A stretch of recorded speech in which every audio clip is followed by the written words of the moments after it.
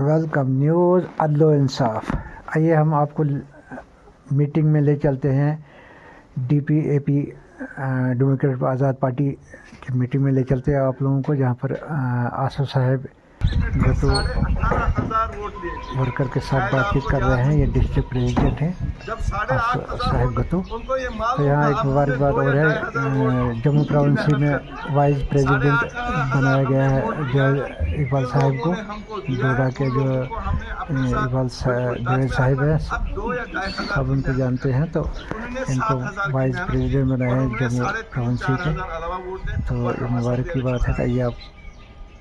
वरना अगर हमने उस वक्त भी मेहनत की होती और असेंबली में भी मेहनत की, ये और हालत लीडरों की खराब नहीं होती है, हालत हम लोगों की खराब होती है जो लोगों के साथ जुड़े होते हैं, क्योंकि नुकसान हमेशा वर्कर उठाता है, नुकसान हमेशा वोटर उठाता है।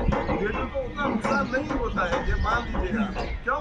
वो बाद में देखते इसने फलाने ने उसको वोट दिया, वो उसका जो अगले पार्टी का अपोजिशन का जो छोटा सा उस गांव का लीडर होता है, सरपंच होता है, वो कोशिश करता है अपने हमसाये को नुकसान करने की। लिहाजा हमने अब बहुत नुकसान उठाया 10 साल से। अब सब हमने इकट्ठे होना है, हमने ये अपने लिए नंबर 2 आपके पास लोग आते हैं पार्टी मैं आपको सिर्फ एक बात बताऊँ इस मसले में। आज़ाद साहब को उनको दागदार करने के लिए और कोई बात है नहीं, क्योंकि आज़ाद साहब के साथ डेवलपमेंट है, आज़ाद साहब के साथ लोग हैं, वो उसको दागदार करें तो करें कैसे? बहाना क्या मिलता है? बहाना उनको एक मिलता है कि ये चीज और कुछ नहीं है उनके पास, और कुछ नहीं है बेचने के लिए।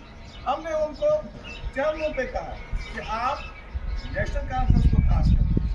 हमने उनको बोला कि अगर आप हमको बी टीम बोलते हो, आप देवेंद्र सिंह राणा ने जो बयान दिया आपने सुना होगा, कि आप उसका जवाब क्यों नहीं देते हो? जो ये कहता है कि दफा 370 टूटने के बाद भी नेशनल कॉन्फ्रेंस के लोग, नेशनल कॉन्फ्रेंस की जो हाई कमांड है, उन्होंने बीजेपी का दरवाजा खटखटाया कोलिशन के लिए दफा 370 टूटने के बाद भी। तो हमारा कोई लीडर या आज़ाद साहब तो नहीं कहीं गए ना करने के लिए, किसी का दरवाजा खटखटाने के लिए। मुझे आपकी सपोर्ट चाहिए। नंबर 1, हमें शुक्रगुजार होना चाहिए। शुक्र है ये कि, और दूसरी बात आपने लोगों तक पहुंचानी है कि अगर आज़ाद साहब पार्टी नहीं बनाते, क्या कांग्रेस जो 2000 शुरू हुआ था नेशनल कॉन्फ्रेंस, उसके लिए कोई एहतजाज किया उन्होंने ना?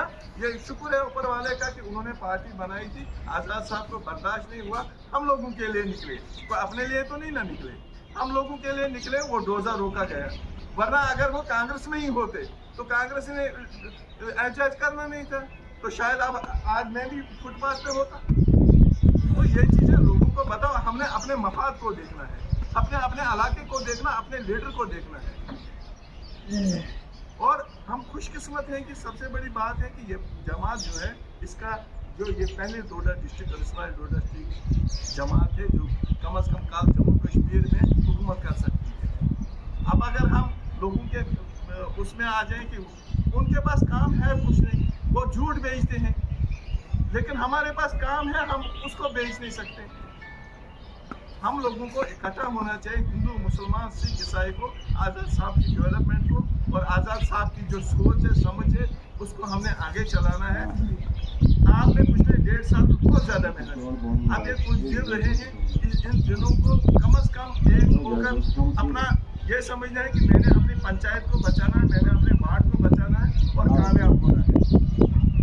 इसके अलावा 26 तारीख को सूरी साहब ने नॉमिनेशन फार्म भरना है कुटवा में।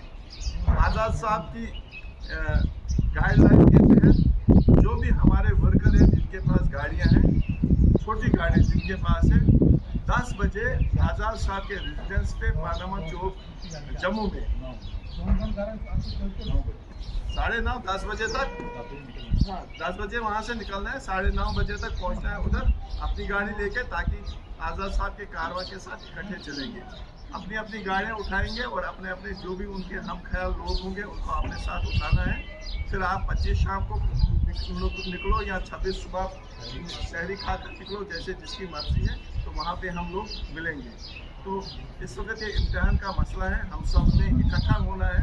और अब असल में इस वक्त जो गर्जो गए थे, जो हम परसों मीटिंग की थी, आप लोगों के साथ क्या बात करनी है, हम कुछ दौरा करना चाहते हैं कि चाहे हम अपने काठबलाग से शुरू करें, दाली उद्यानपुर से शुरू करें या गुन्ना से शुरू करें, उसमें भी आपको सजेशन देंगे हम कि जो भी हम रास्ते में तकरीबन एरिया आते हैं, हम कोशिश करेंगे 2-2, 4-4 लोगों की टीम इधर और आप अपनी पंचायत के जो खास कर देंगे, उन लोगों को वहाँ पर जमा करेंगे, ताकि रोज़ों में ज़्यादा तकलीफ ना किसी को मिले। आधा घंटे हम उस एरिया में बात करेंगे, उन लोगों की सुनेंगे जो गलत फहमियाँ हैं वो दूर करेंगे, और अपने चुनाव निशान के बारे में भी उनके साथ असल बात करेंगे, ताकि हमने इलेक्शन जो लड़ना है वो जीतने के लिए लड़ना है। उधर क्या होता क्या नहीं होता,